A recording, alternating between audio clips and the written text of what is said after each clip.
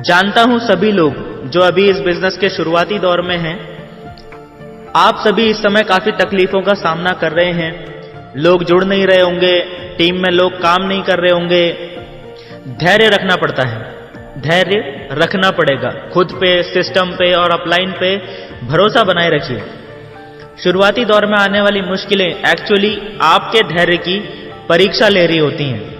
अब ध्यान देना, आपके पेशेंस को टेस्ट कर रही होती हैं।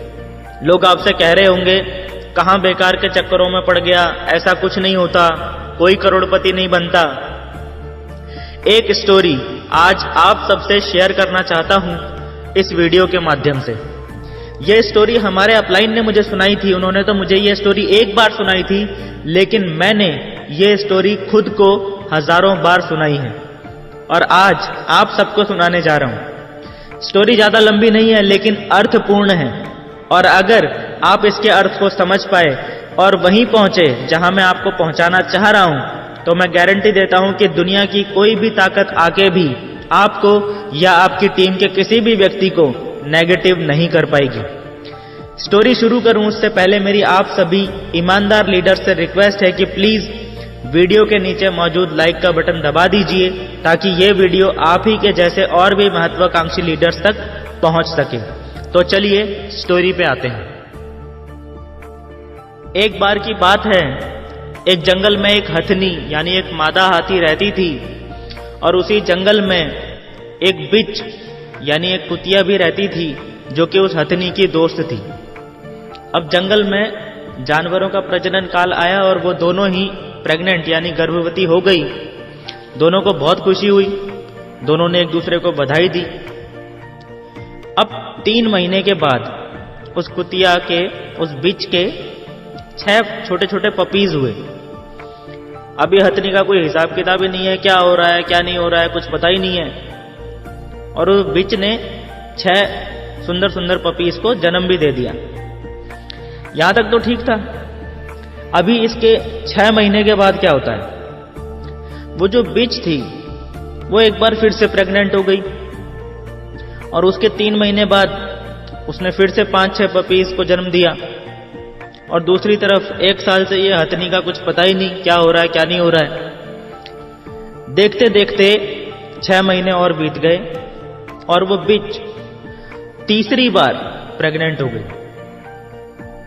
फिर वो बिच जाती है उस एलिफेंट के पास और बोलती है, यार हम दोनों तो साथ में ही प्रेग्नेंट हुए थे शायद, क्या तेरे को कोई वहम वहम तो नहीं है कि तू प्रेग्नेंट है? तू प्रेग्नेंट है भी कि नहीं? 3 बार तो मेरा ही नंबर आ गया और 2 दर्जन बच्चे हैं अपनी फैमिली में और वो भी अब बड़े होने वाले हैं। और तुम्हारा क्या लफड़ा है ये? अभी तुमको 1.5 साल तो हो लिया प्रेग्नेंट हुए, तो प्रेग्नेंट है भी या नहीं? तो वो मादा एलिफेंट यानी हथनी बोलती है, वो क्या जवाब देती है जरा ध्यान से सुनना। तो सबसे पहली बात तो ये है कि मेरे गर्भ में पपी नहीं पल रहा है, हाथी पल रहा है। पहली बात तो अगर वो पल रहा है तो हम तो 2-3 साल में तो किसी एक को तो जन्म देते हैं, लेकिन जिसको जन्म देते हैं तो धरती महसूस करती है किसी का जन्म हुआ है। और जब वो बड़ा होता है और जब जंगल से रास्ता क्रॉस करता है, तो जंगल के बाकी सभी जानवर झुक के अदब से नमस्कार करते हैं कि कोई यहां से निकल कर जा रहा है। मेरे गर्भ में वो पल रहा है जिसको देख के वजूद लगता है कि ये कोई है, ये कोई खास है, पपी तो नहीं है। मैं आप सभी को भी यही मैसेज देना चाहता हूं कि जिनको भी आज ये लग रहा है कि मेरा बिजनेस बहुत धीरे धीरे चल रहा है या मेरा बिजनेस नहीं चल रहा है, धैर्य रखने की जरूरत होती है। हाथी आएगा तो 1.5-2 साल में कोई एक ही आएगा और वो एक आदि आके पूरे जंगल में हाहाकार मचा देगा।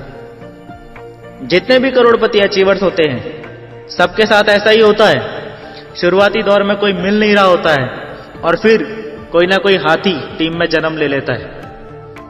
कोई बात नहीं दोस्त, आज प्रैक्टिकल जमीन में भले ही कुछ नहीं दिखाई दे रहा हो, कोई बात नहीं, घबराने की बिल्कुल भी जरूरत नहीं है।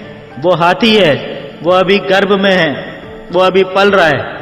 जिस दिन धरती पे आएगा वो हिला के रख देगा, चिंता करने की जरूरत नहीं है, अकेला ही सब पे भारी पड़ जाएगा। तो क्या आप लोग धैर्य रखने के लिए तैयार हैं? कमेंट बॉक्स में टाइप कीजिए यस। और जाने से पहले अपना फर्ज जरूर निभा देना, वीडियो को शेयर जरूर कर देना। मिलते हैं नेक्स्ट एपिसोड में, तब तक के लिए thank you and wish you all the best.